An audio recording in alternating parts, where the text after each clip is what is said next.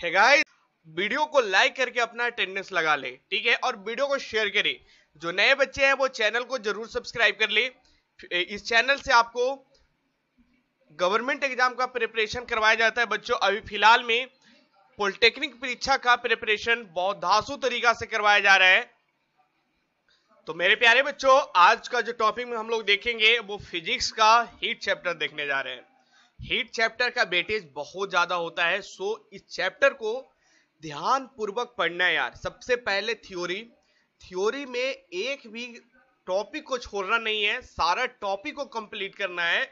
अगर किसी तरीका का डाउट कोई भी टॉपिक में आ रहा है तो मेरे प्यारे बच्चों आपको इस सेशन में क्लियर करना है, ठीक है। उसके बाद इस टॉपिक से हम लोग क्वेश्चन देखेंगे। आज थ्योरी का पार्ट 1 ये चैप्टर हम लोग लगभग दो क्लासेज में इस चैप्टर को फिनिश कर दूंगा।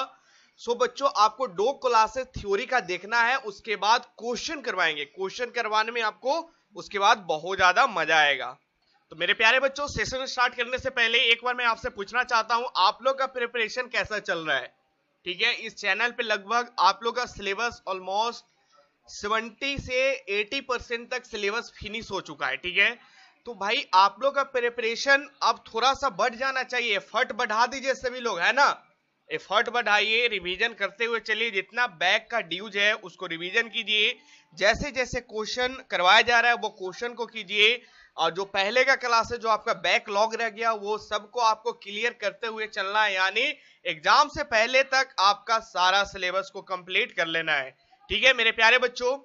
और जो बच्चों पेड कोर्स लेना चाहते हैं, जो नए बच्चे हैं वो पेड कोर्स लेना चाहते हैं, वो अपने स्क्रीन पे एक बार नंबर मेंशन कर लेंगे। इस नंबर पे आपको कॉल करना होगा 85 44 61 53 52। ये नंबर है, ये राहुल सर का नंबर है। इस नंबर के माध्यम से आप व्हाट्सएप कर सकते हैं या फिर कॉल कर सकते हैं। उसके बाद बच्चों आप यहां से पेड कोर्स परचेज कर सकते हैं, जिसका मात्र 399 रुपया लिया जा रहा है। इस कोर्स से आपको बहुत ज्यादा बेनिफिट हो रहा है। लगभग 180 बच्चे इस पेड कोर्स का फायदा उठा रहे हैं।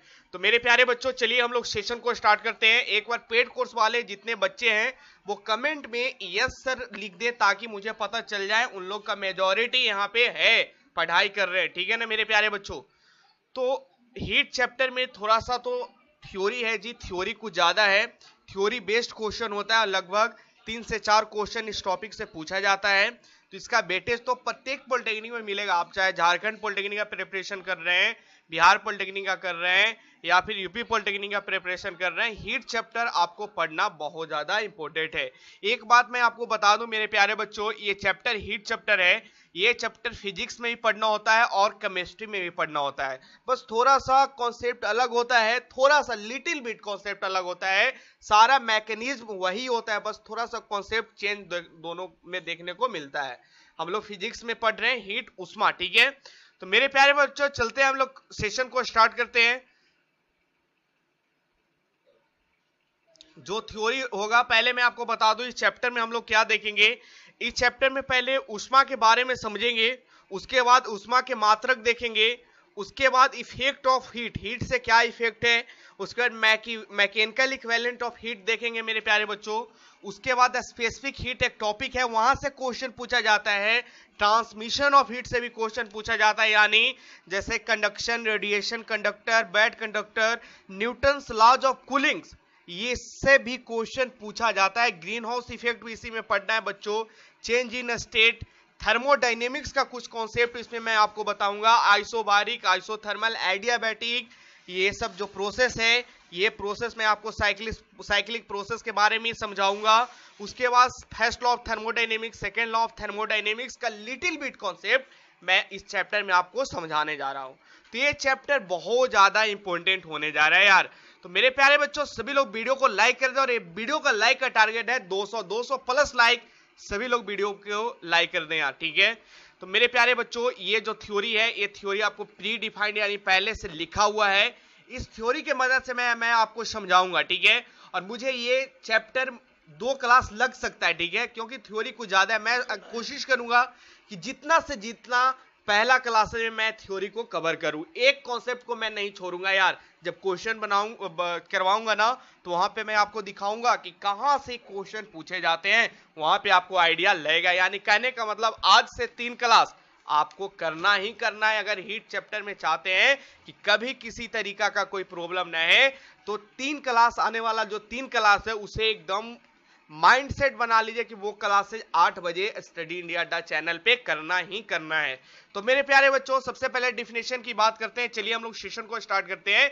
किसी तरीका का कोई डाउट है तो कमेंट में पूछ लेना यार, डाउट को घर पे लेकर नहीं जाना है। हीट उष्मा सभी लोग जानते हैं, उष्मा की व्यक्ता मुक्ता गतिज ऊर्जा के सिद्धांत पर की जाती है।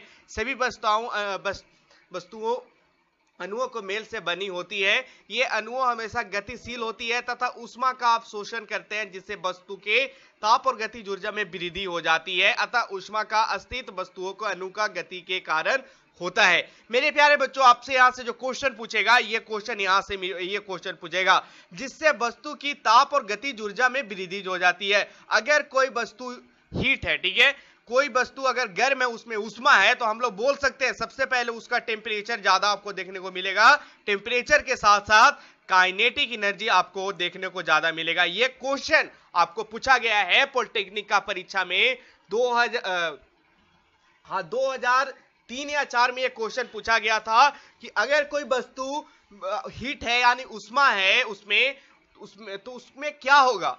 तो आपको आंसर लगाना था ताप और गतिज ऊर्जा में वृद्धि देखने को मिलता है। ठीक है, यहां से आपको ये याद रखना है। सबसे पहले हम लोग जो बात करते हैं, रमफोर्ड नाम ने बताया था कि उष्मा एक प्रकार की ऊर्जा है जिसे कार्य में बदला जा सकता है। ठीक है, ये सब बात है, थ्योरी बात है, ये सब आप लोग पढ़ सकते हैं। ये सब मैं ऐसे पढ़ाता नहीं हूं, लेकिन जब मैं थ्योरी बना रहा था तो मुझे लगा ये सब कुछ बच्चों को इंफॉर्मेशन के लिए चीज लिख देना चाहिए। यहां से क्वेश्चन आपसे नहीं पूछेगा यार। आगे बढ़ते हैं। वही कहा जा रहा है कि सबसे पहले रमफोर्ड नाम के साइंटिस्ट ने उष्मा को बताया था कि हीट जो है एक फॉर्म ऑफ एनर्जी है। दूसरा क्वेश्चन ये पूछा जा सकता है कि उष्मा एक प्रकार का एनर्जी है, ऊर्जा है, और जब एनर्जी है तो जिसे कार्य में बदला जा सकता है। भाई ऊर्जा को तो हम लोग कार्य में बदल नहीं सकते हैं, है ना यार, वही लिखा जा रहा है। बाद में डेवी ने बर्फ को 2 टुकड़े के आपस में रगड़कर पिघला दिया था तथा कहा कि चूंकि बर्फ को पिघलने के लिए उष्मा का कोई सोर्स नहीं था, अतः बर्फ को घिसने में किया गया कार्य बर्फ के पिघलने के लिए ली गई आवश्यक उष्मा में बदल गया। समझना क्या कहा जा रहा है। एक देखिए, रमफोर्ड ने तो बताया था कि उष्मा एक प्रकार का ऊर्जा है जिसे हम लोग कार्य में बदल सकते हैं। उसके बाद एक और साइंटिस्ट आए, वो साइंटिस्ट का नाम है डेवी।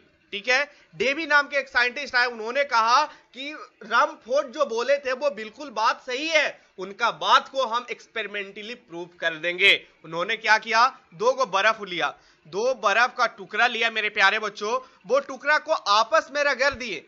रगड़ने के बाद जाहिर सी बात है, आप अपने घर पे 2 बर्फ का टुकड़ा लेकर आपस में रगड़िएगा तो वो क्या होगा सर, वो पिघल जाएगा। ठीक है, जैसा होता है वो पिघल गया।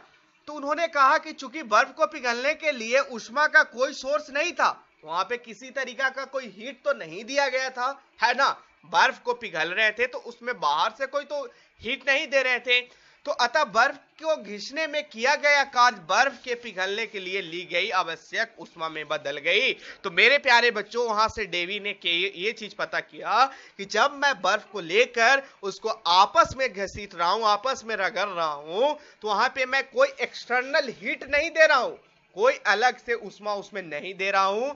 वहां पे क्या हुआ कि घर्षण के कारण घिसने के कारण वहां पे जो घिसने के कारण उष्मा में बदल गया, जो घिसने के कारण जो कार्य किया गया वो आवश्यक उष्मा में बदल जाता है। इसी कारण बच्चों वो बर्फ पिघल जाता है। यही चीज तो रमफोर्ड ने भी बोल रहे थे, उसका स्टेटमेंट को डेवी ने एक्सपेरिमेंट से क्लियर किया। ठीक है मेरे प्यारे बच्चों, बाद में जूल ने अपने प्रयोगों के आधार पर स्पष्ट कर दिया कि उष्मा ऊर्जा का एक रूप है।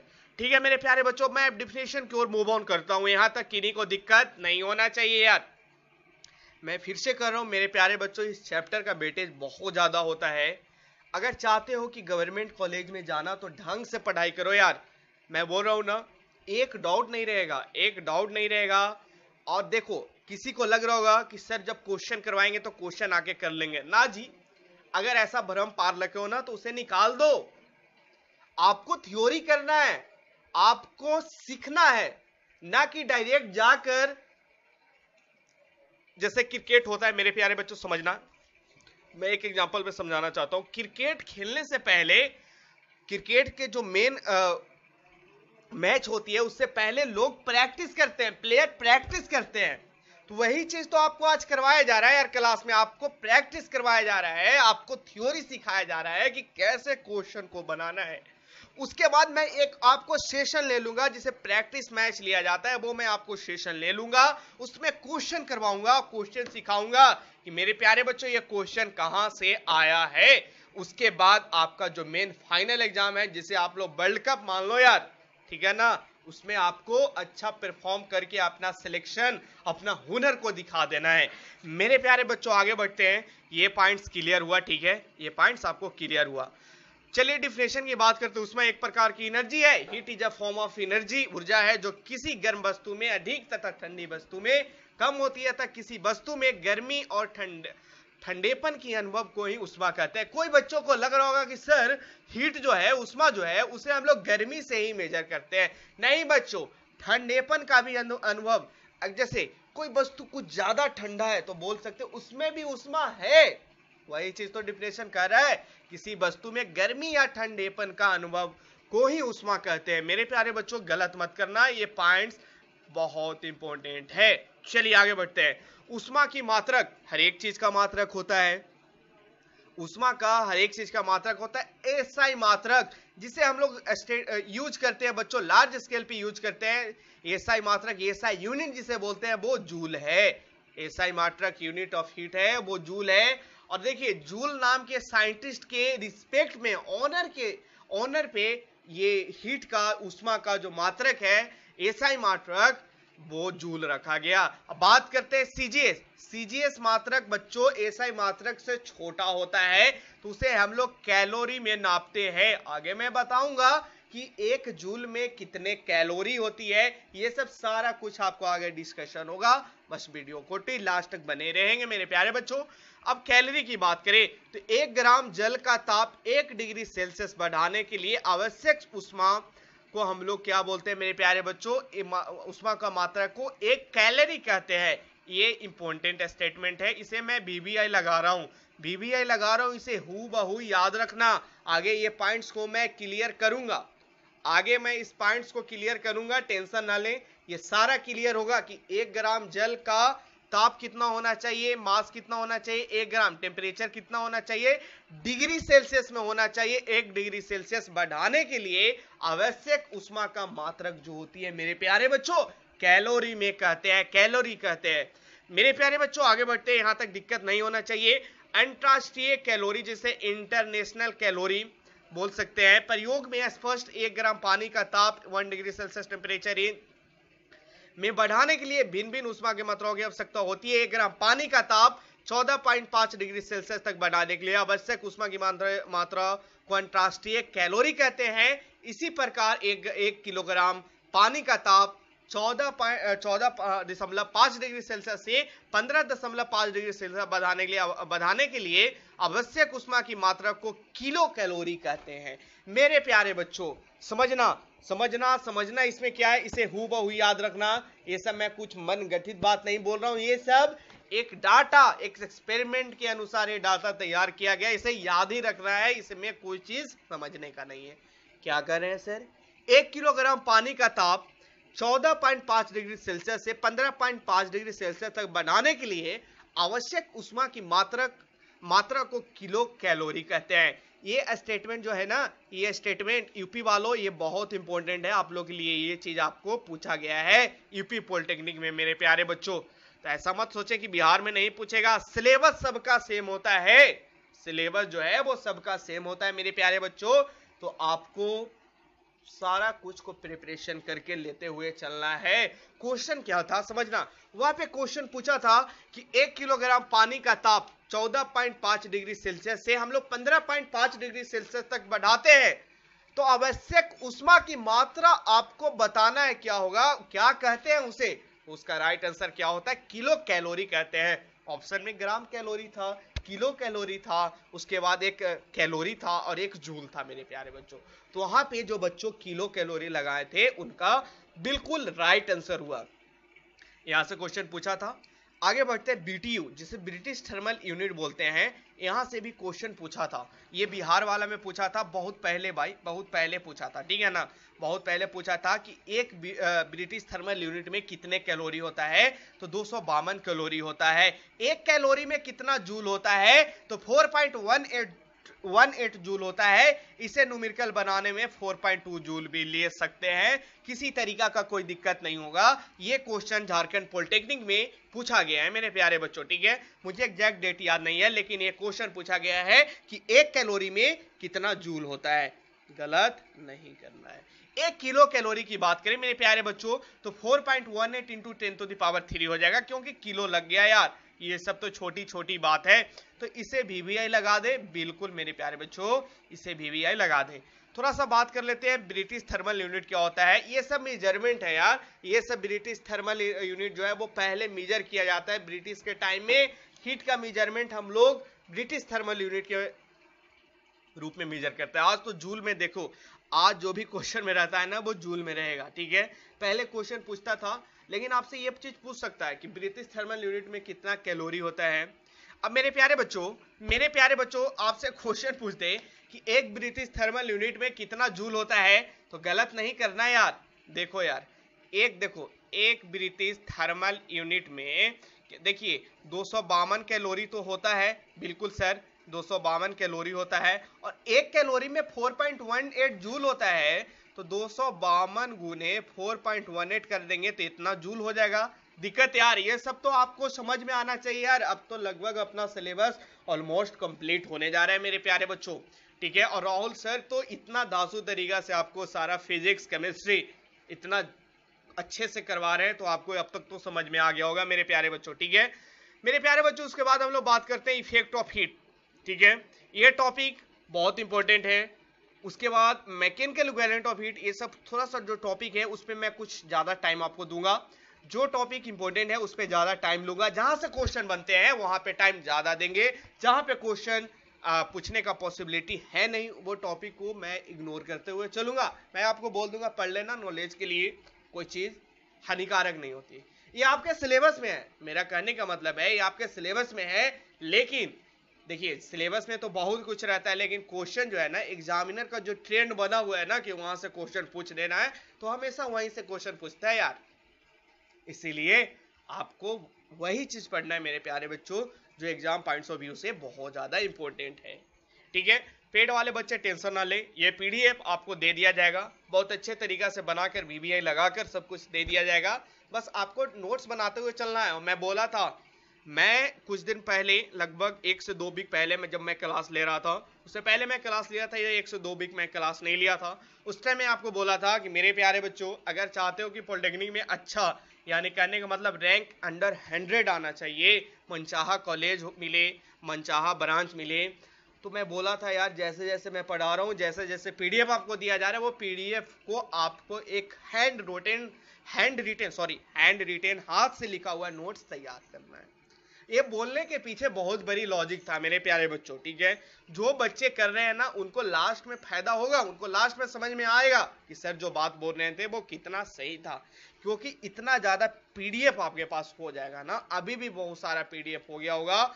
अगर आपके पास वही कॉपी में लिखा हुआ रहेगा ना, तो आप लास्ट में जब 10 दिन टाइम रहता है ना, तो उस टाइम दिमाग का एक अलग टेम्परामेंट रहता है एग्जाम को लेकर, तो उस टाइम इजिली आप रिवीजन कर पाओगे मेरे प्यारे बच्चों।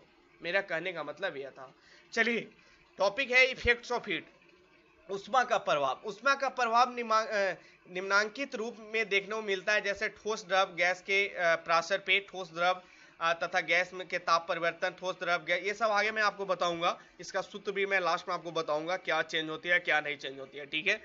उष्मीय संतुलन, जब दो वस्तु को एक साथ रखा जाता है तब गर्म वस्तु में ठंडी वस्तु की ओर उष्मा का गमन होता है। गर्म वस्तु से ठंडी वस्तु की ओर उष्मा का गमन तब तक जारी रहता है जब तक दोनों का ताप बराबर ना हो जाए। वही चीज कहा जा रहा है मेरे प्यारे बच्चों। जैसे समझिएगा, एक वस्तु जो है, ये वस्तु थोड़ा ठंडा है, ठीक है क्या सर, ये वस्तु कोल्ड है, और ये वस्तु जो है मेरे प्यारे बच्चों, ये वस्तु हीट है। तो देखो ये आपस में अगर दोनों को साथ में रख दिया जाए तो ये दोनों में आपस में जो हीट है वो हीट का ट्रांसफर हो जाएगा। मेरा कहने का मतलब है हीट का ट्रांसफर हो जाएगा। जब तक दोनों में बराबर अमाउंट ऑफ हीट नहीं ना हो जाएगा तब तक ये हीट का ट्रांसफर करते रहेगा। गमन तब तक जारी रहती है जब तक दोनों का ताप बराबर ना हो जाए। ये चीज करवाने का, ये चीज कहने का मतलब आपको लग रहा है कि सर ये सब तो लिखा हुआ है, मैं खुद पढ़ लूंगा। मेरे प्यारे बच्चों, मैं आपको एक बार इस चीज को माइंड में इसलिए फिट कर देता हूं ताकि जब स्टेटमेंट बेस्ड क्वेश्चन आए तो वहां पे गलत ना करें। आप डिप्लोमा का तैयारी करने कर रहे हो ना कि आईटीआई का प्रिपरेशन कर रहे हो यार, तो सबसे पहले वैसा क्वेश्चन पूछ सकता है, 4 स्टेटमेंट दे देगा, और वो सबसे टफ क्वेश्चन होता है यार स्टेटमेंट वाला, ठीक है ना। तो इसलिए यहां से जो क्वेश्चन आपसे पूछेगा ना वो स्टेटमेंट टाइप का क्वेश्चन पूछेगा।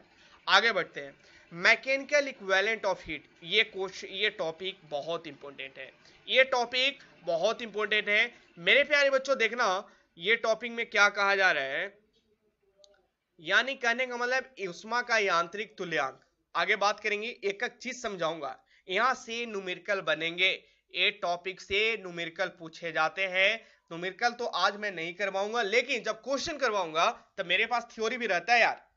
मेरा तो पढ़ाने का तरीका ही अलग है, थ्योरी और क्वेश्चन दोनों लेकर पढ़ाते हैं, ताकि उस बच्चे को पता चले कि सर जो पढ़ा रहे थे वो सही पढ़ा रहे थे। कल के जाकर वो क्लास में क्वेश्चन नहीं बनाता है तो मैं तो उसको दिखाऊंगा, मैं बोला था इसे रट कर आना, अब नहीं रट रहे हो तो आपका गलती है यार, ठीक है ना। तो देखिए मैकेनिकल इक्विवेलेंट ऑफ हीट, जब कार्य, देखिए जब कार्य ऊष्मा में बदलता है या ऊष्मा कार्य में बदलती है, यानी कहने का मतलब हीट जो है वो वर्क में चेंज हो रहा है। आगे मैं बताया कैसे चेंज होता है, जो एग्जांपल मैं आपको लेकर दिखाया था, बर्फ वाला लगते हैं तब डेवी नाम के साइंटिस्ट ने बताया ना भाई ऊपर में। चलिए हीट वर्क में या वर्क हीट में चेंज हो रहा है, तो किए गए कार्य में उत्पन्न ऊष्मा का अनुपात नियत होता है, जिसके ऊष्मा का यांत्रिक तुल्यांक कहते हैं। इसे जे से व्यक्त करते हैं। इसे किससे लिखते हैं, इक्विवेलेंट ऑफ हीट किससे हम लोग लिखते हैं बच्चों, जे से रिप्रेजेंट करते हैं।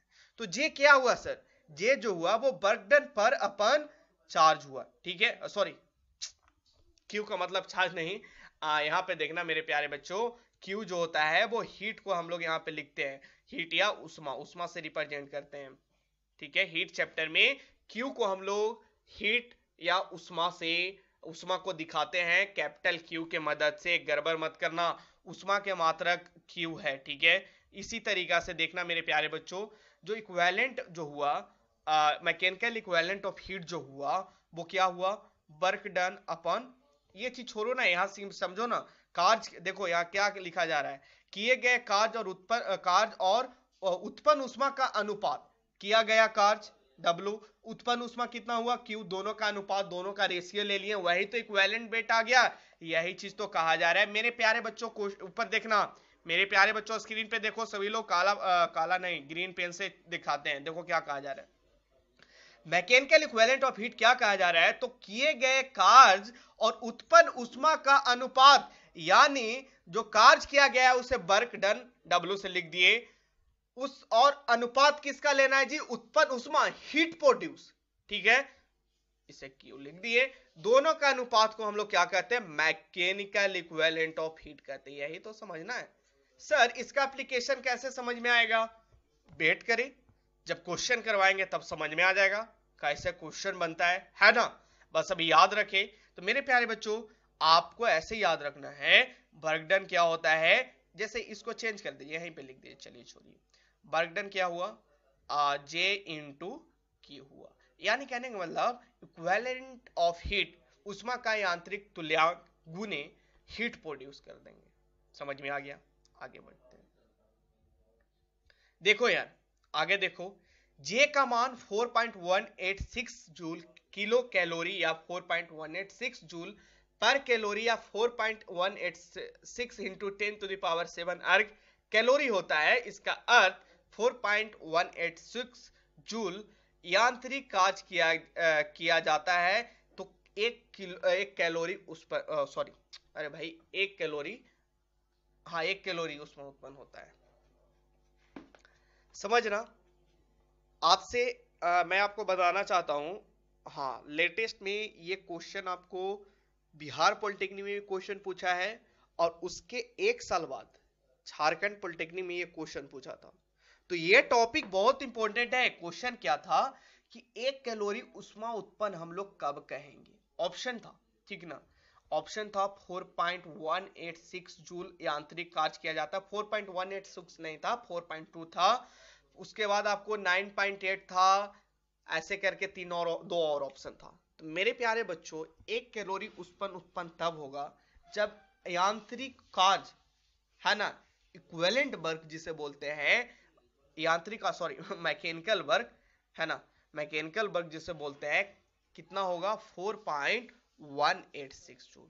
तो ये जो है ना, इसे VVI करके रट लेना कि 1 कैलोरी उत्पन्न, जब मैं कल क्वेश्चन करवाऊंगा तो डायरेक्ट क्वेश्चन रहेगा 1 कैलोरी उत्पन्न होता है, कितना जूल यांत्रिक कार्य किया जाएगा जी। तो आज का जो क्लास कर रहे हैं ना, वो बता देंगे कि सर 4.186 जूल करेंगे कार्य तो 1 कैलोरी उत्पन्न हीट प्रोड्यूस होगा। ठीक है, आगे बढ़ते हैं। ये टॉपिक तो क्लियर हो गया होगा, ठीक है मेरे प्यारे बच्चों। अब हम लोग बहुत इंपॉर्टेंट टॉपिक है विशिष्ट स्पेसिफिक हीट। बहुत इंपॉर्टेंट टॉपिक है, बहुत इंपॉर्टेंट टॉपिक, इसका भी वेटेज बहुत ज्यादा है। ठीक है, स्पेसिफिक हीट आगे मैं अच्छे तरीका से समझाऊंगा, बस समझते हुए चलना, ठीक ना, समझते हुए चलना। और मैं कोशिश तो करूंगा कि आज जितना ज्यादा तक हो सके, आज अगर 10 मिनट ज्यादा क्लास लेना पड़े तो क्लास 10 मिनट ज्यादा ले लें, ताकि कल का क्लास में मैं आसानी से इसे फिनिश करूं चैप्टर। ठीक है मेरे प्यारे बच्चों, उसके बाद राहुल सर बोल रहे हैं कि एक चैप्टर और निकाल दीजिए आप, तो मैं सोच रहा हूँ लाइट भी आपको पढ़ा दूं।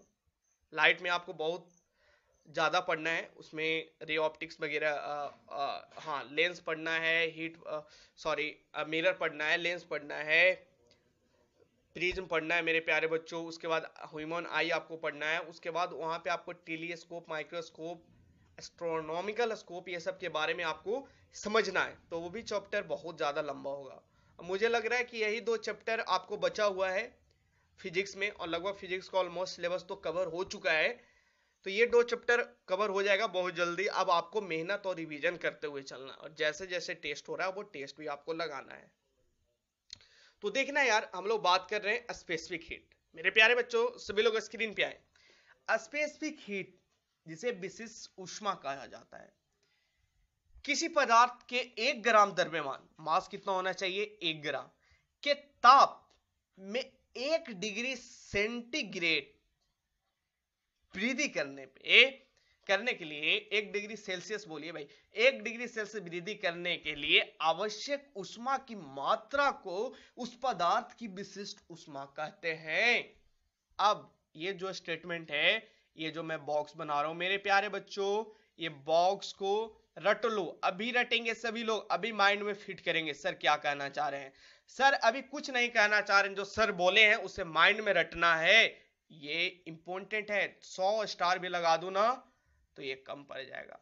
यूपी पॉलिटेक्निक का प्रिपरेशन कर रहे हो, झारखंड का कर रहे हो, बिहार का कर रहे हो, दिल्ली का कर रहे हो, किसी भी पॉलिटेक्निक का कर रहे हो, ये क्वेश्चन तो पूछेगा ही पूछेगा। और 2020 के लिए ये क्वेश्चन बहुत इंपॉर्टेंट है मेरे प्यारे बच्चों। ये क्वेश्चन इंपॉर्टेंट करवाने का पीछे बहुत बड़ा लॉजिक है,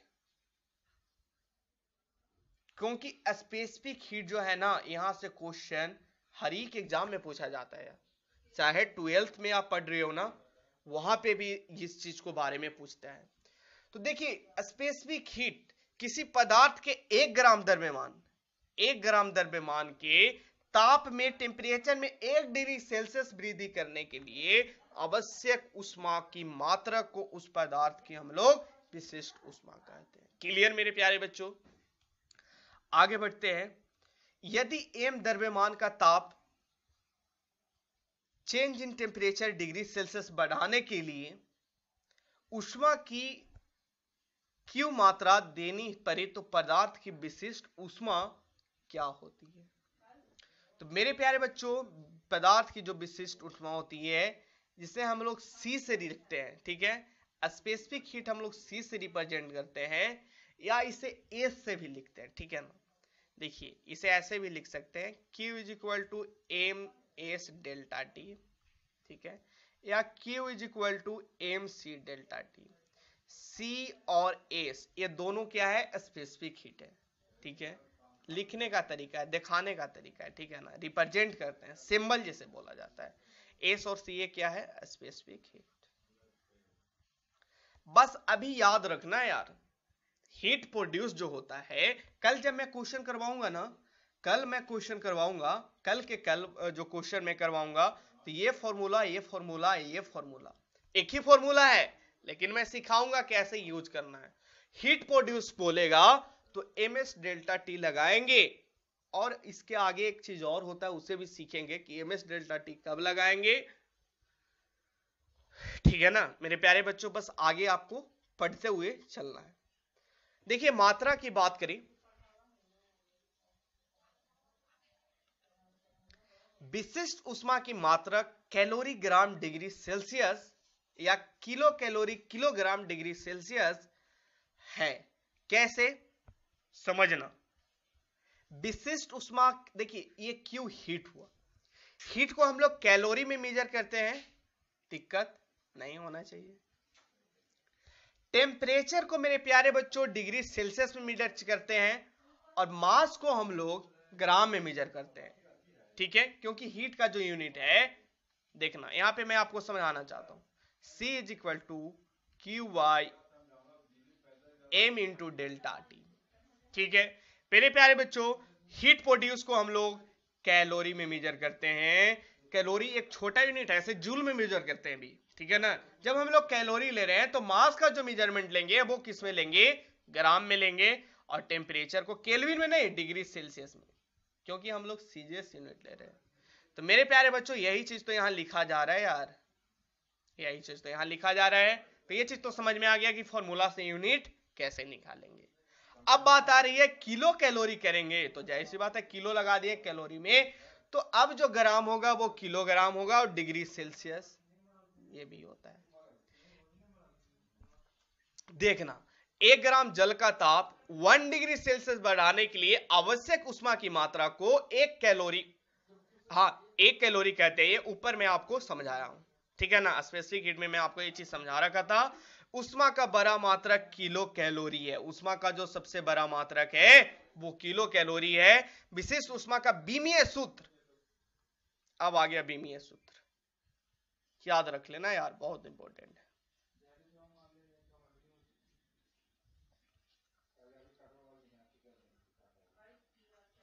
ठीक है, विशिष्ट ऊष्मा की बीमीय सूत्र dimension formula L square T minus two Q minus 1 होता है।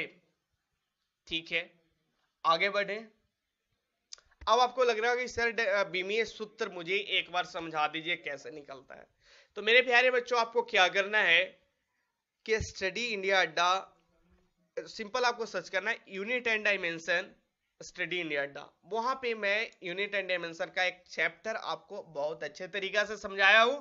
वहां पे सिर्फ आपको यह चीज सिखाया गया है कि बीमीय सूत्र डायमेंशनल फॉर्मूला कैसे निकाला जाता है। उसमें मैं आपको 1 घंटा का क्लास है, लगभग यही चीज मैं आपको सिखाया हूं, प्रत्येक चीज मैं सिखाया हूं, तो वहां पे जाकर समझ लें तो ज्यादा अच्छा होगा। ठीक है, ठीक है ना मेरे प्यारे बच्चों, यहाँ पे मैं नहीं बता रहा हूं, आपको याद रख लेना है, वहां पे जाकर आप समझ ले एक बार। ठीक है, अगर वहां पे किसी तरीका का कोई दिक्कत होती है, वहां पे वो क्लास करने के बाद समझ में नहीं आता है, फिर मेरे से पूछे, मैं आपको डाउट को क्लियर करूंगा। ऐसा नहीं है कि एक भी डाउट को क्लियर नहीं किया जाएगा यार, क्योंकि देखिए अगर मैं यूनिट एंड डायमेंशन की ओर मूव ऑन करता हूं, एक तो ये चैप्टर ऐसे ही लंबा है और ये चैप्टर लंबा हो जाएगा। मेरा बात को समझ रहे हैं ना यार, तो चलिए आगे बढ़ते हैं।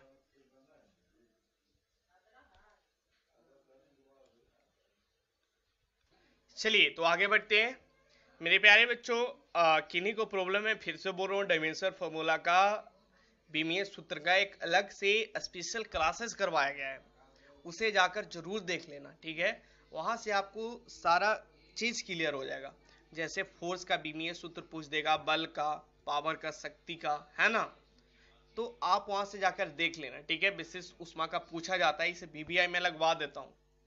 ठीक है, वहां से समझ में आ जाएगा कैसे निकाला जाता है। यहाँ पे जगह भी नहीं है ना, तो मैं बता देता। ठीक है, वो क्लासेस में ही पढ़ाया हूँ। ठीक है, वो क्लासेस मेरे द्वारा ही लिया गया है, इसलिए आपको सर्च करना स्टडी इंडिया डा यूनिट एंड डायमेंशन। चलिए आगे बात करते हैं मेरे प्यारे बच्चों थर्मल कैपेसिटी के बारे में। ठीक है, ये बहुत इंपॉर्टेंट चैप्टर है, सॉरी चैप्टर तो इंपॉर्टेंट है, टॉपिक ये बहुत ज्यादा इंपॉर्टेंट है, जिसे हम लोग ऊष्माधारित या विशिष्ट ऊष्माधारिता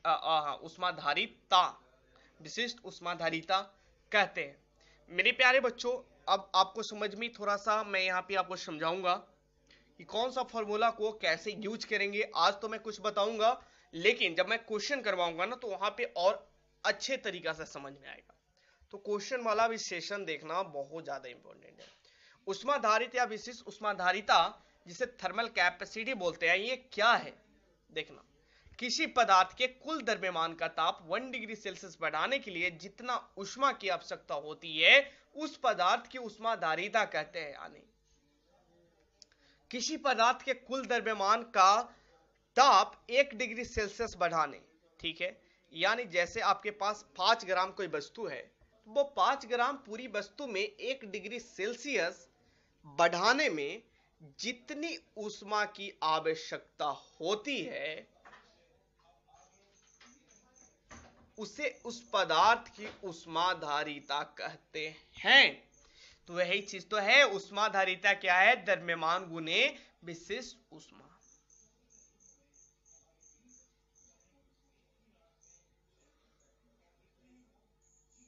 तो मेरे प्यारे बच्चों ऊष्माधारिता का जो फॉर्मूला होगा द्रव्यमान गुने विशिष्ट ऊष्मा।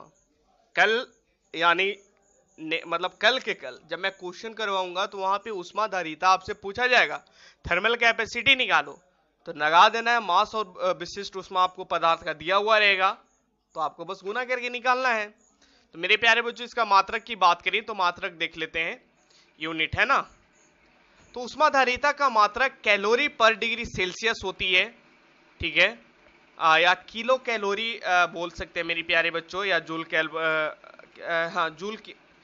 जूल पर किलोग्राम पर केल्विन भी होता है। इसका बीमीय सूत्र ml² T-2 और Q-1, ठीक है। अब बीमीय सूत्र के लिए मैं जो बोला हूं वो देख लेना।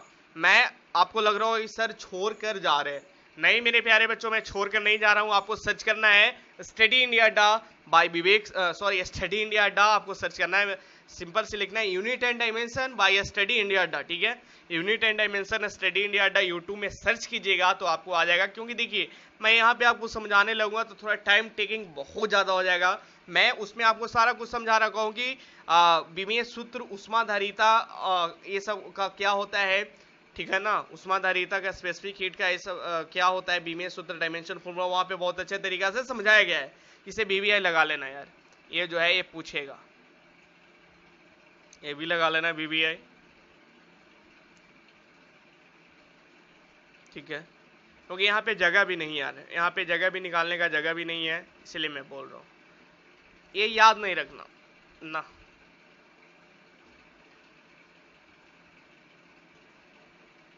देखिए आजकल विशिष्ट ऊष्मा को विशिष्ट ऊष्माधारिता भी लिखा जाता है, इससे घबराना आपको नहीं है, नोट में लिखा हुआ है, आपको समझ लेना है। विशिष्ट ऊष्मा ये सब आपको क्वेश्चन में दिया हुआ रहेगा, ठीक है। इसमें याद रखना चाहते हैं ना तो याद रख लीजिए, वो पानी के याद कर लेना, ठीक है ना, पानी का याद कर लेना। एक होता है लोहा, शीशा, कार्बन, जिंक, बर्फ, हाँ बर्फ का याद रख लेना। देखो दो को याद रखना, ये दो को याद रखना। मैं आपको इसको छोड़ रहा था ना टेबल, नहीं टेबल छोड़ना नहीं है, टेबल में मेरे प्यारे बच्चों दो याद रखना है, एक बर्फ वाला याद रखना है, एक पानी वाला याद रखना है, अल्कोहल, संगमरमर, टार्पेनियम, एल्युमिनियम, ये सब बाकी मत याद रखना। बर्फ का 0.5 होता है विशिष्ट ऊष्मा, स्पेसिफिक हीट जैसे बोला जाता है, और पानी का 1 होता है। क्योंकि देखो क्वेश्चन रहेगा ना, क्वेश्चन बर्फ से पानी हो रहा है, पानी से बर्फ हो रहा है, तो वहां पे आपको सोच लेना है कि स्पेसिफिक हीट का वैल्यू क्या होगा। तो याद रखना बर्फ के केस में 0.5 होता है और पानी का केस में 1 होता है, ठीक है, इसे याद रखना। आगे बढ़ते हैं। द्रवों और ठोसों के अपेक्षा पानी का विशिष्ट ऊष्मा सदैव अधिक होती है। यदि पानी की विशिष्ट ऊष्मा कम होता तो समुद्र का जल शीघ्र ही वाष्प बनकर उड़ जाता। जाहिर बात है, जाहिर सी बात है कि देखो द्रव और ठोसों की अपेक्षा, लिक्विड और सॉलिड की अपेक्षा पानी की विशिष्ट ऊष्मा सदैव अधिक होती है। विशिष्ट ऊष्मा जो है मेरे प्यारे बच्चों वो अधिक होती है। जैसे देखो बर्फ एक सॉलिड है ना यार, उसका 0.50 है और पानी का 1 है, यानी उससे तो बहुत ज्यादा है। और आप देख सकते हो जितना भी देख लो, लोहा देख लो, शीशा देख लो, कार्बन देख लो, जिंक देख लो, संगमरमर, अल्कोहल, पीतल, तारपीन, मैग्नीशियम, एल्युमिनियम, सबका देख लो। लेकिन विशिष्ट ऊष्मा की बात करें मेरे प्यारे बच्चों तो पानी का सबसे ज्यादा है।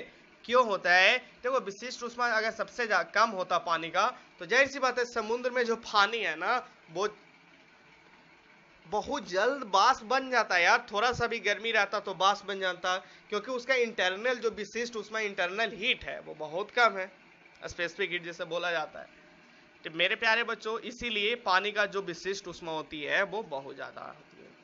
तो ये टॉपिक से अब हम लोग आगे बढ़ते हैं थर्मल एक्सपेंशन, ठीक है ना। थर्मल एक्सपेंशन जो है इस टॉपिक में आपको इतना चलना ज़्यादा नहीं है, ये सब कुछ पूछा नहीं जाता है, बस जो जो पूछा जाता है मैं वो आपको निकालूंगा। थोड़ा फास्ट चलेंगे इस टॉपिक से। यहाँ डिटेल में जो बुक से थ्योरी बनाया गया वो उसमें कुछ ज़्यादा डिटेल में दे दिया है, खैर ये इतना पूछा नहीं जाता है, ठीक है ना। मैं बोला था कि इसमें कुछ कट कर देना, लेकिन कट नहीं किए हैं प्रिंटिंग वाला डिपार्टमेंट। खैर कोई बात नहीं, मैं आपको समझाऊंगा, टेंशन ना ले। जो चीज़ मैं इसमें काटूंगा उसे छोड़ देना है।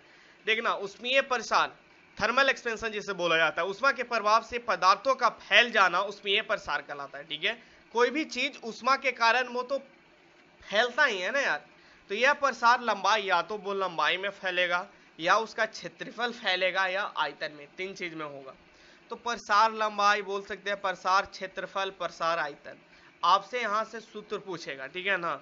इनको क्रमशः रेखीय प्रसार बोला गया। अगर लंबाई में होगा तो उसे रेखीय प्रसार बोलेंगे, अगर क्षेत्रफल में होगा तो क्षेत्रीय प्रसार बोलेंगे, आयतन में हो तो आयतन प्रसार बोलेंगे। इसे याद रखना मेरे प्यारे बच्चों, बहुत इंपॉर्टेंट है, ठीक है। तो चलिए सबसे पहले रेखीय प्रसार गुणांक की बात करते हैं, कोएफिशिएंट ऑफ लीनियर एक्सपेंशन। देखो क्या होती है ना कि सपोज दैट आपके पास एक रड है, रड को हीट कर रहे हो तो उसका लंबाई में वृद्धि हो गया, तो उसी को हम लोग कोएफिशिएंट ऑफ लीनियर एक्सपेंशन, रेखीय प्रसार गुणांक, कितना वृद्धि हुआ वो चीज को हम लोग निकालते हैं। तो इसका सूत्र है, बस सूत्र ही को समझना है और इसी पे क्वेश्चन बनाना है, और बाकी नीचे जो लिखा हुआ है उसको हमको लेकर नहीं चलना। देखो किसी ठोस वस्तु का ताप 1 डिग्री सेल्सियस बढ़ाने पर उसकी लंबाई में होने वाली भिन्नात्मक परिवर्तन को रेखीय प्रसार गुणांक कहते हैं। कितना? 1 डिग्री सेल्सियस टेम्परेचर। देखो रेखीय प्रसार गुणांक तभी हम लोग बोल सकते हैं जब उसको हम लोग 1 डिग्री सेल्सियस टेम्परेचर देकर बढ़ा रहे हैं मेरे प्यारे बच्चों, 1 डिग्री सेल्सियस टेम्परेचर देकर उस बढ़ा रहे हैं तो उसकी लंबाई में वृद्धि होगी, तो उसी को हम लोग रेखीय प्रसार गुणांक कहते हैं, और इसे हम लोग अल्फा से सूचित करते हैं। इसे हम लोग अल्फा से सूचित करते हैं, ठीक है मेरे प्यारे बच्चों। ऐसे भी लिखा हुआ रहेगा, कोई बात नहीं, टेंशन ना लेना है, अल्फा से सूचित करते हैं। तो देखिए यदि T1 डिग्री सेल्सियस पर लंबाई L1 है, अगर वही T2 बढ़ाने के बाद, यानी टेम्परेचर चेंज कर रहे हैं, पहले T1 डिग्री सेल्सियस पे L1 है, T2 डिग्री टेम्परेचर जो 1 डिग्री सेल्सियस बढ़ाते हैं तो T2 हो गया, T2 डिग्री सेल्सियस पे L2 है, तो आपसे पूछेगा रेखीय प्रसार गुणांक। तो लंबाई में भिन्नात्मक परिवर्तन यानी L2 माइनस L1 बाय मूल लंबाई इंटू ताप में परिवर्तन। तो मेरे प्यारे बच्चों समझना, कहना क्या चाह रहे हैं कि सबसे पहले आपको लंबाई में परिवर्तन निकाल लेना है, तो L2 माइनस L1 कर लिए। उसके बाद उसका मूल लंबाई, पहले वाला जो लंबाई है वो L, और उसको ताप में परिवर्तन T2 माइनस T1।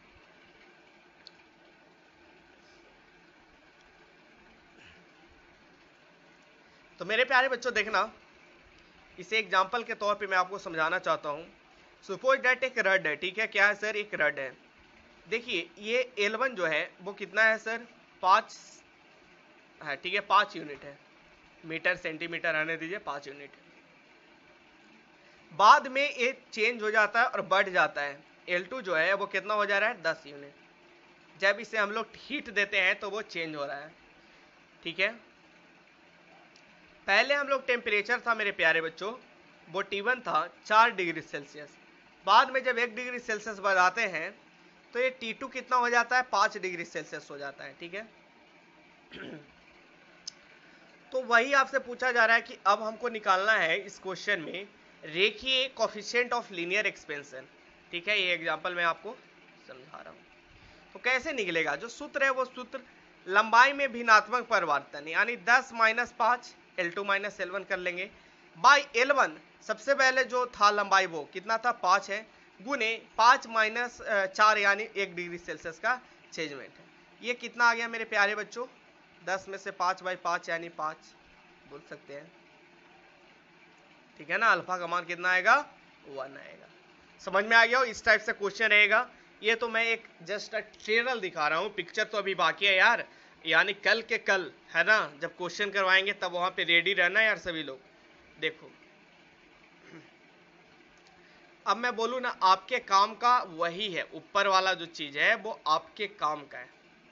ठीक है, आपके काम का वही है ऊपर वाला चीज।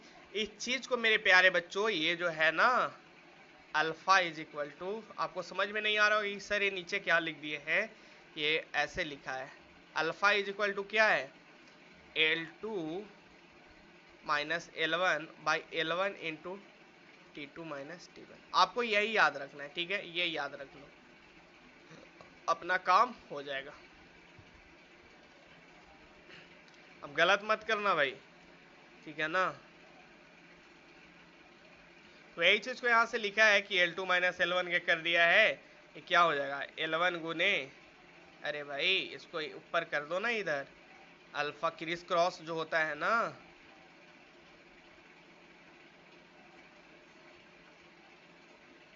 यही चीज तो है यार, L2 - L1 और L1, यही चीज को आगे ऐसे करके लिखा गया है। ठीक है, ऐसे भी याद रखना, L2 is equal to L1 + 1 by alpha T2 - T1। मैं आपको एक चीज बताना चाहता हूँ जब मैं पिछली बार प्रिपरेशन करवा रहा था, मुझे एग्जैक्ट ईयर याद नहीं है, उस टाइम मेरे प्यारे बच्चों मैं बच्चा को बोल दिया था कि अरे भाई ये चीज़ आप याद कर लेना। ठीक है, जैसे मैं आपको बोल रहा हूँ, लेकिन जब वहाँ पे क्वेश्चन बन के आया तो वहाँ पे रेखीय प्रसार गुणांक का सूत्र ही पूछ रहा था। ठीक है ना, तो आपको इस टाइप इस फॉर्मेट में दिया हुआ था, तो बच्चा कंफ्यूज था, एक बच्चा जो था वो कंफ्यूज था, सर आपने ऐसे बताए थे लेकिन ये क्वेश्चन में ऐसे आ गया। तो मेरे प्यारे बच्चों इसे भी आपको याद रखना है, ये स्टैंडर्ड फॉर्मेट है, लेकिन न्यूमेरिकल बनाने में हम लोग ऊपर वाला का यूज करते हैं। ठीक है, इसे भी यूज करेंगे, L2 - L1 into equal to 1 + alpha T2 - T1। रेखीय प्रसार गुणांक यानी कोफिशिएंट ऑफ लीनियर एक्सपेंशन का जो सूत्र है L2 - L1 equal to 1 - alpha T2 - T1। ठीक है, मेरे प्यारे बच्चों आपसे जो क्वेश्चन पूछेगा ना कि बाद में लेंथ में क्या चेंजमेंट हुआ, तो लेंथ आप इस सूत्र से निकालेंगे। मैं अल्फा निकालने का वहाँ पे मैं आपको सिखाया, लेकिन जब L2 पूछेगा तो ये सूत्र से निकालेंगे। ठीक है, रेखीय प्रसार गुणांक जो होती है अल्फा का वैल्यू, रेखीय प्रसार गुणांक जो होती है मेरे प्यारे बच्चों, इसका यूनिट पूछा जाता है। मैं भूल ही गया था यार, मैं तो आपको भूल ही गया था। रेखीय प्रसार गुणांक जो होती है वो प्रति डिग्री सेल्सियस होती है। जस्ट होल्ड अ सेकेंड, ये जो 1 आया था ना क्वेश्चन में, ये डिग्री सेल्सियस -1 प्रति डिग्री सेल्सियस बोल सकते हैं, ऐसे लिख दो 1 बाई डिग्री सेल्सियस। ठीक है ना, प्रति डिग्री सेल्सियस, ये सबसे इम्पोर्टेंट है। ये जो है रेखीय उसमें ये प्रसार गुणांक प्रति डिग्री सेल्सियस, ये बहुत इम्पोर्टेंट है। यानी कहने का मतलब 1 बाई डिग्री सेल्सियस इसका सूत्र होता है, सूत्र नहीं सॉरी, अल्फा का यूनिट पूछे तो 1 बाई डिग्री सेल्सियस। तो इसमें आपको याद कुछ नहीं रखना है। ठीक है ना, याद रखना चाहते हैं तो कांच का याद कर लेना और पीतल का याद कर लेना, आपको क्वेश्चन में दे देगा। उसके बाद मेरे प्यारे बच्चों कोफिशिएंट ऑफ वॉल्यूम एक्सपेंशन। ठीक है, किसी पदार्थ या ठोस या द्रव गैस का ताप 1 डिग्री सेल्सियस से बढ़ाने पर उसका आयतन में वाले भिन्नात्मक परिवर्तन, अब आयतन में चेंज होगा 1 डिग्री सेल्सियस में बनाएंगे तो उसी तरीका से देख सकते हैं इसका जो सूत्र हुआ वो आयतन का भिन्नात्मक परिमाण यानी V2 - V1। ऊपर में हम लोग क्या कर रहे थे भाई, ऊपर में हम लोग ये वॉल्यूम एक्सपेंशन है इसीलिए V2 - V1, जब लेंथ में एक्सपेंशन था तो L2 - L1 L2 - L1 by L1 into T2 - T1। तो ऐसे याद हो गया यार, सबका तो एक ही ट्रेंड है, जब वॉल्यूम में एक्सपेंशन हो रहा है सर आयतन प्रसार गुणांक में एक्सपेंशन हो रहा है। मेरे प्यारे बच्चों मेरे पॉइंट्स को पिकअप करना, V2 - V1 by V1 by V1 - T2 - T1। ये चीज याद कर लेना यार, जब मैं क्वेश्चन करवाऊंगा तो और क्लियर होगा, और ये भी याद कर लेना, ठीक है। क्षेत्रीय प्रसार गुणांक जिसे सुपरफिशियल या एरिया प्रसार गुणांक बोलते हैं, ठीक है। या दूसरी बात मैं भूल गया था यार, इसे हम लोग गामा से रिप्रेजेंट करते हैं। इसे किससे रिप्रेजेंट करते हैं मेरे प्यारे बच्चों? गामा से। और ये पूछ लिया है, ये क्वेश्चन आपको पूछा है बिहार पॉलिटेक्निक में, ये क्वेश्चन पूछा गया है कि आयतन प्रसार गुणांक को हम लोग कैसे सूचित करते हैं, तो गामा याद रखना है। और लगातार एक क्वेश्चन पूछा था, उसके पिछले ईयर ये पूछा था कि एरियल एक्सपेंशन यानी क्षेत्रीय प्रसार गुणांक को हम लोग कैसे सूचित करते हैं, तो उसे हम लोग बीटा से सूचित करते हैं। मेरे प्यारे बच्चों, अल्फा से किसे सूचित करते हैं ये तो आपको पता चल गया, बीटा से किसको सूचित करते हैं ये भी आपको पता चल गया, और गामा से किसे सूचित करते हैं ये भी पता चल गया। अल्फा में फिर से रिवीजन करवा देना चाहता हूं, अल्फा जो है वो कोफिशिएंट ऑफ लीनियर एक्सपेंशन, ठीक है, यानी लंबाई रेखीय प्रसार गुणांक को हम लोग अल्फा से रिप्रेजेंट करते हैं। उसके बाद आपको मैं बताया कि आयतन प्रसार गुणांक को हम लोग गामा से रिप्रेजेंट करते हैं। उसके बाद हम लोग क्षेत्रीय प्रसार गुणांक की बात करते हैं, ठीक है। उसके बाद एक चीज आगे मैं आपको समझाऊंगा बहुत अच्छे तरीका से, ये चीज मैं आपको बस याद करवा रहा हूं और इसे वीवीआई करके याद करवाऊंगा, आगे एक बहुत इंपॉर्टेंट टॉपिक है। और जब मैं इसे 11th वाले बच्चों को पढ़ाते हैं तो वहां पे मैं इसे डेरिवेशन भी करवाता हूं, लेकिन आप लोग का डेरिवेशन कोई काम का चीज अभी नहीं है।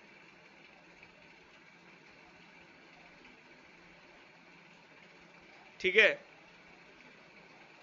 तो एक बार आप लोग पढ़िए सुपरफिशियल ऑफ एरियर एक्सपेंशन, एक बार पढ़िए। थोड़ा सा मैं पानी पी लेता हूं, उसके बाद मैं इसे कंटिन्यू करता हूं, ठीक है मेरे प्यारे बच्चों। तो इसे पढ़े अभी सभी लोग।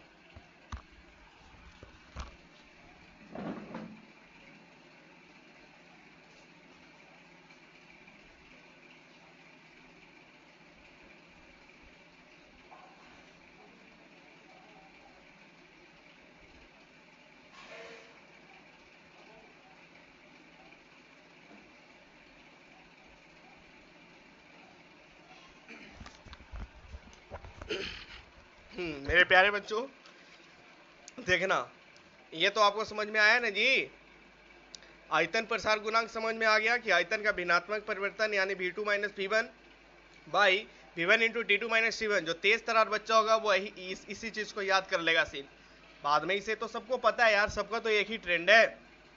यहाँ पे क्या था, जब हम लोग लिख रहे थे रेखीय प्रसार गुणांक, तो वहां पे क्या था, वहां पे तो ऐसे लिख रहे थे, यहाँ v2 है जहाँ पे l2 लिख देंगे, और जहाँ v1 है l1 लिख देंगे, इंटू 1 प्लस गामा के जगह क्या कर लेंगे, अल्फा कर लेंगे, इंटू t2 माइनस t1।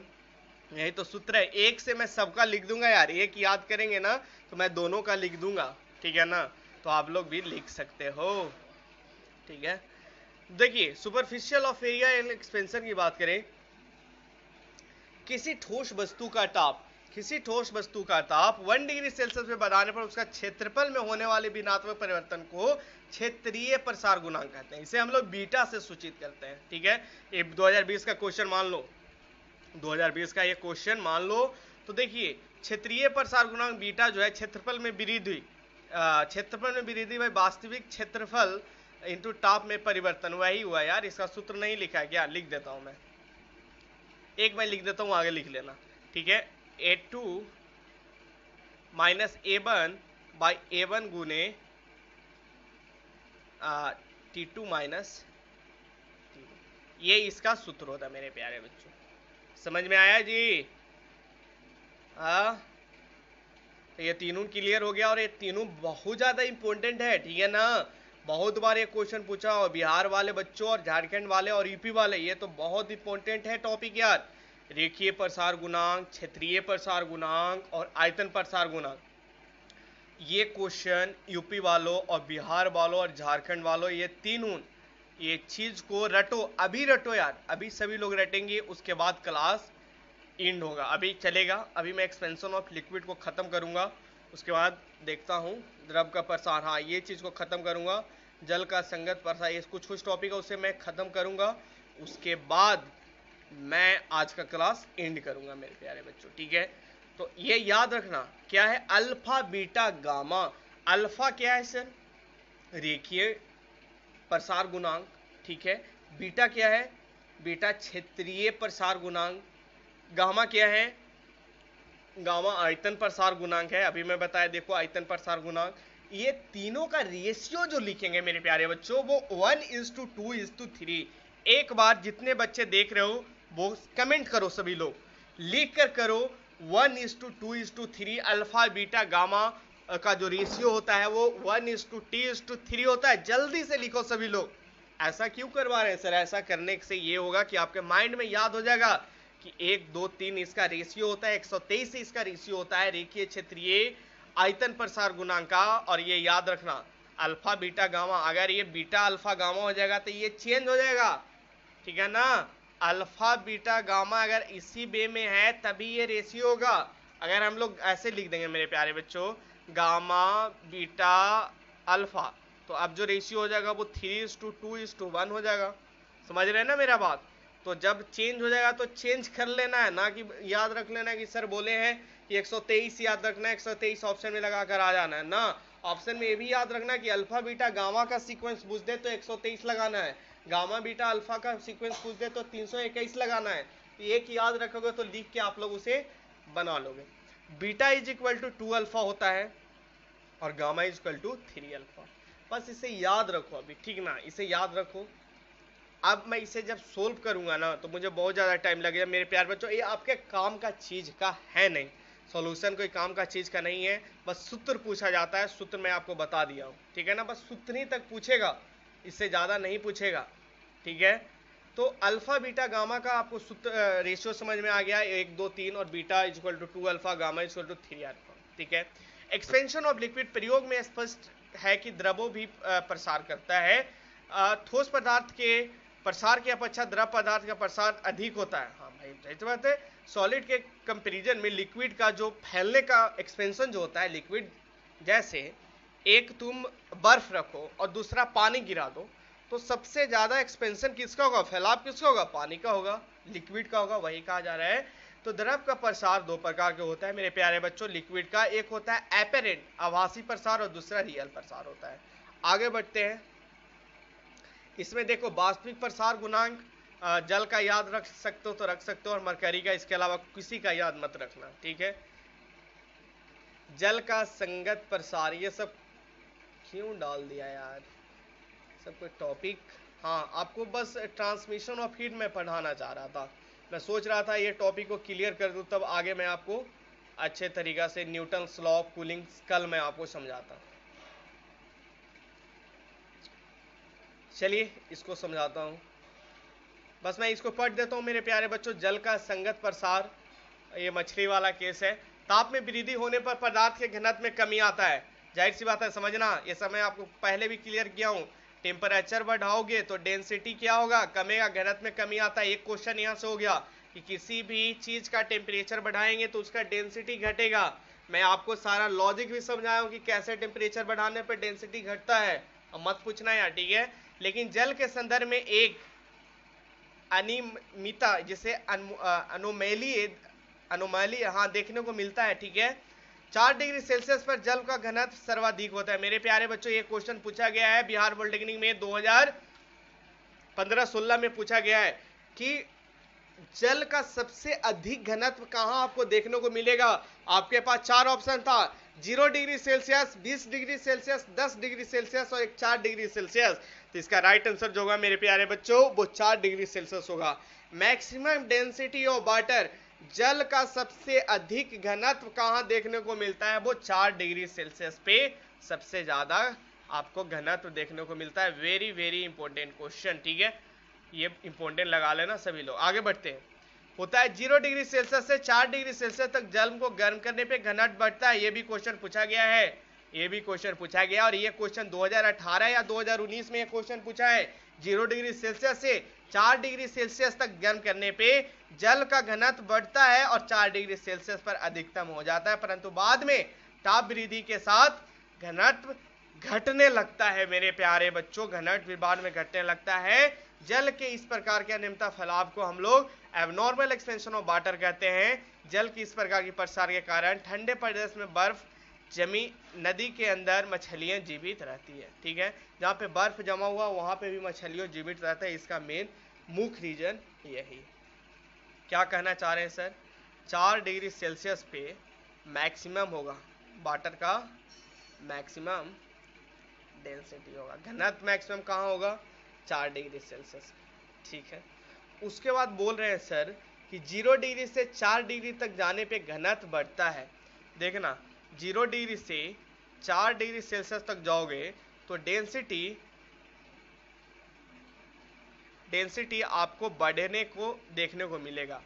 अब 4 डिग्री सेल्सियस से आप सपोज 10 डिग्री इधर की ओर जाओगे, 4 से इधर यानी 4, 5, 6, 7 ऐसे बढ़ोगे तो डेंसिटी बाद में घटेगा।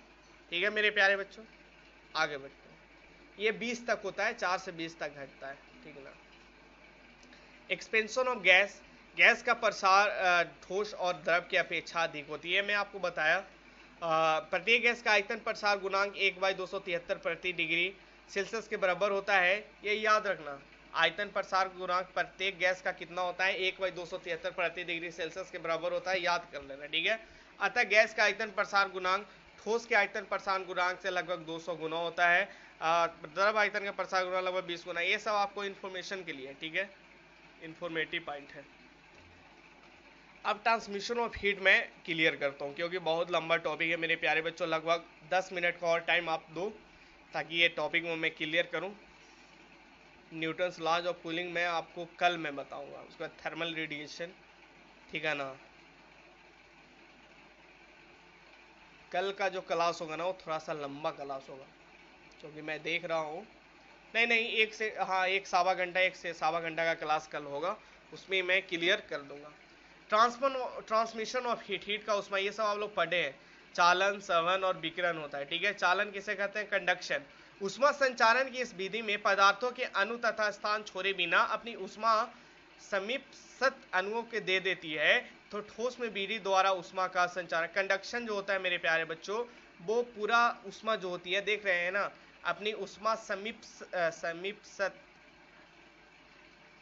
सत हाँ अणुओं को दे देती है। ठीक है, एक दूसरे में अणुओं में उष्मा का ट्रांसफर हो जाता है जिसे हम लोग कंडक्शन करते हैं। कन्वेक्शन में क्या होता है कि इस विधि में पदार्थ, जैसे आप एक कंडक्टर पढ़े हैं ना, कंडक्टर, करंट, ये सब इलेक्ट्रोस्टैट में बहुत अच्छे तरीका से समझाया गया है। ठीक है ना मेरे प्यारे बच्चों, तो ये सब आपको क्लियर होगा। कन्वेक्शन, इस विधि में पदार्थ के अणु उष्मा ग्रहण कर अपने स्थान से हट जाता है और उनके स्थान पर दूसरे अणु आ जाते हैं। यह क्रिया अनवरत रूप से चलती है। द्रवों में इस प्रकार की उष्मा को संचरण कहते हैं। ठीक है, या फिर संवहन भी कहते हैं। रेडिएशन, जब उष्मा अपने सोच से किसी धरातल तक मध्यवर्ती माध्यम के बिना प्रभावित किए गए गमन करे तो उष्मा संचारण की इस विधि को विकिरण कहते हैं और इस विधि में माध्यम की आवश्यकता नहीं होती। ये बहुत इंपॉर्टेंट चीज है। ठीक है, रेडिएशन में कोई माध्यम की आवश्यकता नहीं हुई और बॉडी दोनों आपस में पास भी नहीं है, ये भी नहीं है। ठीक है ना, सूर्य की उष्मा पृथ्वी तक तथा एक अंगीठी का उष्मा मानव के शरीर तक विकिरण विधि के द्वारा रेडिएशन के माध्यम से पहुंचती है। ठीक है, अब मैं आगे बात करता हूँ। ठीक है, उष्मा की कंडक्टर जो चालक है, उष्मा चालकता की है, वो कंडक्टर को चालक उष्मा रोधी, ये 3 तो समझ में आ गया जी। रेडिएशन, कन्वेक्शन और कंडक्शन, ये तीनों क्लियर हुआ। बस आपसे स्टेटमेंट देकर पूछ देगा ना कि ये जो स्टेटमेंट है वो किस चीज़ को बारे में बता रहा है, कन्वेक्शन, रेडिएशन, ये सब आपको बताना है। ठीक है ना, वहाँ पे गलत ना करेंगे।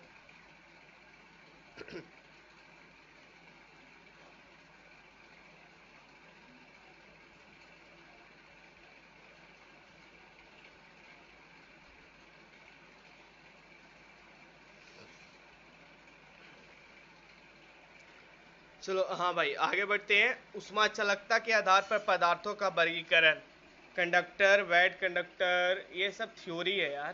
ठीक है ना, ये चैप्टर जब कभी मुझे भी बोरिंग लगता था क्योंकि इतना थ्योरी, अभी तो कुछ लग ही ना रहा है, अभी तो मैं बहुत अच्छे तरीका से समझा रहा हूँ। मुझे लिखना बहुत पड़ता था यार ये चैप्टर में, जब बोर्ड पे पढ़ाते थे ना बहुत लिख के पढ़ाना पड़ता था। चालक, कंडक्टर, जिन पदार्थों से होकर उष्मा का चालन सरलता हो जाती है उन्हें चालक कहते हैं। सभी धातुओं, अम्लीय जल, हाँ जी, एसिडिक वाटर, ये याद रखना है, इसमें कंफ्यूज होगा। एसिडिक वाटर भी जो है वो हीट का कंडक्टर है। मानव का शरीर भी है उष्मा का अच्छा सुचालक है। ठीक है, करंट का भी सुचालक है और उष्मा का भी सुचालक है मानव के शरीर। मेरे प्यारे बच्चों आगे बढ़ते हैं। कुचालक, जो ऊष्मा को कंडक्ट नहीं करते, बैड कंडक्टर जिसे बोले। जिन पदार्थों में ऊष्मा का चालन सरलता से नहीं होता अथवा बहुत कम होता है, होता भी है तो बहुत कम होता है, डायरेक्ट नहीं बोल सकते कि नहीं करता है, होता है लेकिन बहुत कम होता है, उन्हें हम लोग कुचालक कहते हैं। जैसे लकड़ी हो गया, कांच हो गया, बालू हो गया, रबर हो गया, ये सब में जैसे हीट का ट्रांसफर नहीं होगा। ठीक है ना मेरे प्यारे बच्चों, अगर लकड़ी और कांच में इस समय अगर हीट का ट्रांसफर होने लगे तो जो हम लोग घर में सब्जी बनाते हैं, खाना बनाते हैं, वो लकड़ी के बर्तन पे बनाएंगे ना यार, तो है ना। इसीलिए लकड़ी कांच ऐसा में हीट का ट्रांसफर नहीं होता है। ऊष्मारोधी, जिन पदार्थों में ऊष्मा का चालन बिल्कुल ना हो, ठीक है ना। कुचालक में लिटिल अमाउंट ऑफ ऊष्मा का ट्रांसफर होता है, लेकिन ऊष्मारोधी पदार्थ में बिल्कुल एकदम बोल सकते हैं कि उसमें ना होती है, ऊष्मा का चालन बिल्कुल नहीं होती है, उसे हम लोग ऊष्मारोधी पदार्थ कहते हैं। और ऐसा पदार्थ का ऊष्मा चालकता शून्य होती है, जाहिर सी बात है उसका ऊष्मा चालकता तो शून्य होगी, क्योंकि ऊष्मा उसमें ट्रांसफर नहीं होती है। और इसे याद रखना, ये क्वेश्चन देखो, ये क्वेश्चन पूछा गया है यूपी पॉलिटेक्निक में। बिहार पॉलिटेक्निक में क्या पूछा है वही मैं बताऊंगा। ऊष्मा चालकता का शून्य, कौन सा पदार्थ में ऊष्मा चालकता शून्य होती है, तो वहां पे लगाना था आपको ऊष्मारोधी में। ठीक है ना मेरे प्यारे बच्चों, ये क्वेश्चन पूछा था। और यही क्वेश्चन पूछा था, ऊष्मारोधी का एग्जाम्पल पूछा था बिहार पॉलिटेक्निक में। तो ये एस्बेस्टस और एबोनाइट, एस्बेस्टस और एबोनाइट ऊष्मारोधी पदार्थ है। ठीक है, ये चीज इसे आप लोग VVI लगा लेना। रेगिस्तान दिन में बहुत गर्म और रात में ठंड रहता है, ऐसा क्यों होता है? चूंकि रेत ऊष्मा का अवशोषक होता है, ठीक है, अतः दिन में सूरज की गर्मी को अवशोषित करके रेत गर्म हो जाता है, और रात में वह अपनी ऊष्मा को विकिरण द्वारा खोकर ठंडी हो जाता है। ठीक है मेरे प्यारे बच्चों, ये आपको एज ए इंफॉर्मेशन, ये कोई इंफॉर्मेशन के लिए यहाँ से क्वेश्चन आपके सिलेबस में भी नहीं है, ये इंफॉर्मेशन के लिए आपको पढ़ाया गया। तो मेरे प्यारे बच्चों, आज का जो हम लोग सेशन देखे, वो सेशन में हम लोग बहुत कुछ क्लियर कर लिए। ठीक है, और आने वाले सेशन में अपने पास बहुत कम टॉपिक बचा है, बहुत है टॉपिक फिर भी, लेकिन मैं कल आपको क्लियर कर दूंगा। ठीक है, कल 1.5 घंटा का क्लास चले तो चले, लेकिन कल का क्लास में थ्योरी को कंप्लीट करके परसों वाला क्लास में क्वेश्चन के लिए रेडी हो जाना है। तो आपका जो होमवर्क है, आज जितना पढ़ाया गया उससे घर पे बैठकर एक बार पढ़ना है। अभी तो आपको हो सकता है PDF नहीं मिले, ठीक है ना, PDF जब सिलेबस खत्म हो जाए तब मिले। आपको हो सके तो आप वीडियो के माध्यम से 1 से 2 बार पढ़ें, ठीक है ना। उसके बाद आप इसे लिख सकते हैं तो लिख ले, नोट्स बना ले वीडियो रोक रोक कर। ठीक है मेरे प्यारे बच्चों, या फिर आपको जो पेड वाले बच्चे हैं उनको तो ये PDF दे ही दिया जाए। ठीक है, तो अपने पास जो टॉपिक बचा है वो न्यूटन्स लॉज ऑफ कूलिंग बच रहा है, न्यूटन का शीतलन नियम। उसके बाद आपके पास स्टीफेंस का लॉ इसी में पढ़ना है मेरे प्यारे बच्चों। स्टीफेंस का law is equal to T4, ये वाला जो क्वेश्चन मैं करवाया था प्रीवियस में, इस पे भी बहुत क्वेश्चन पूछा जाता था। E is directly proportional to T⁴, और ये स्टीफेन कांस्टेंट जो हम लोग यूज करते हैं, इस पे भी क्वेश्चन पूछा जाता है। स्टीफेन का नियम बताऊंगा, किरचॉफ्स का लॉ भी कुछ मैं आपको समझाऊंगा, ग्रीन हाउस इफेक्ट भी मैं आपको समझाऊंगा मेरे प्यारे बच्चों, और चेंज ऑफ स्टेट, और उसके बाद यही सब थर्मोडाइनेमिक्स वगैरह के बारे में कुछ मैं बात करूंगा कल का क्लास में। तो कल का क्लास है, आज का क्लास से बहुत ज़्यादा इंपॉर्टेंट होने वाला है। जिनको लग रहा है आज का क्लास बहुत इंपॉर्टेंट, हाँ नहीं, कल का क्लास जो है वो बहुत ज़्यादा इंपॉर्टेंट होने जा रहा है मेरे प्यारे बच्चों। तो कल का क्लासेज में एकदम रेडी होकर आना, कल का क्लासेज में कोई भी टाइम वेस्ट नहीं होगा। एकदम जैसे मैं क्लास में आऊँगा 8 बजे 8:02 से क्लास एकदम स्टार्ट हो जाएगा, क्योंकि कल का टॉपिक जो है वो बहुत ज़्यादा है। न्यूटन्स लॉज ऑफ कूलिंग, इसमें बहुत सारा किरचॉफ्स का नियम मुझे समझाना पड़ेगा, स्टीफेंस लॉ मुझे समझाना पड़ेगा, ग्रीन हाउस के बारे में बताना पड़ेगा, change of state, melting points के बारे में मुझे समझाना पड़ेगा थोड़ा सा, लैटेंट हीट। कल का क्लास बहुत ज़्यादा है, लैटेंट हीट ऑफ वेपराइजेशन, कल का क्लासेस बहुत ज़्यादा हेल्पफुल है। कल का क्लासेस से क्वेश्चन आपको देखने को मिलेगा मेरे प्यारे बच्चों। ठीक है, तो मेरे प्यारे बच्चों तब तक अपना ख्याल रखिए, पढ़ाई करते रहिए, और बिल्कुल घर पे रहकर पढ़ाई करना है और रिवीजन भी करते हुए चलना है। ठीक है, और जो पेड कोर्स लेना चाहते हैं वो एक बार 85 44 61 53 52 जो नंबर है उस नंबर पे कॉल करें। लिख देना चाहता हूँ, ये नंबर है मेरे प्यारे बच्चों, 85 44 61 53 52, यानी कहने का मतलब अभी अपने पास बोले ना तो 60% अभी हीट में बचा हुआ है पढ़ने के लिए, 40% ही हम लोग कवर किए हैं, ठीक है। और कल करवाने में मुझे मज़ा आएगा, जैसे देख लो स्क्रीन पे देख लो, न्यूटन्स लॉज ऑफ कूलिंग है, ये सब बच गया है, ये सब कल करवाएंगे, क्योंकि अभी मैं करवाऊंगा ना तो मुझे क्लास में 2 दिन लग जाएगा, सॉरी 2 घंटे का क्लास हो जाएगा, जो क्लास आपको भी पढ़ने में मज़ा नहीं आएगा, बोरिंग हो जाएगा। ये यहाँ से क्वेश्चन बहुत ज़्यादा पूछा जाता है स्टीफेंस का नियम से, तो कल के लिए रेडी रहना यार, ठीक है। ये सब कल आपको करवाएंगे, ठीक है। ठीक है मेरे प्यारे बच्चों, फिर मिलते हैं कल, तब तक अपना ध्यान रखिए, धन्यवाद। और वीडियो को लाइक कर दें सभी लोग, ठीक है, जो भी लोग वीडियो को लाइक नहीं है, वीडियो को सभी लोग लाइक कर दें, ठीक है बच्चों।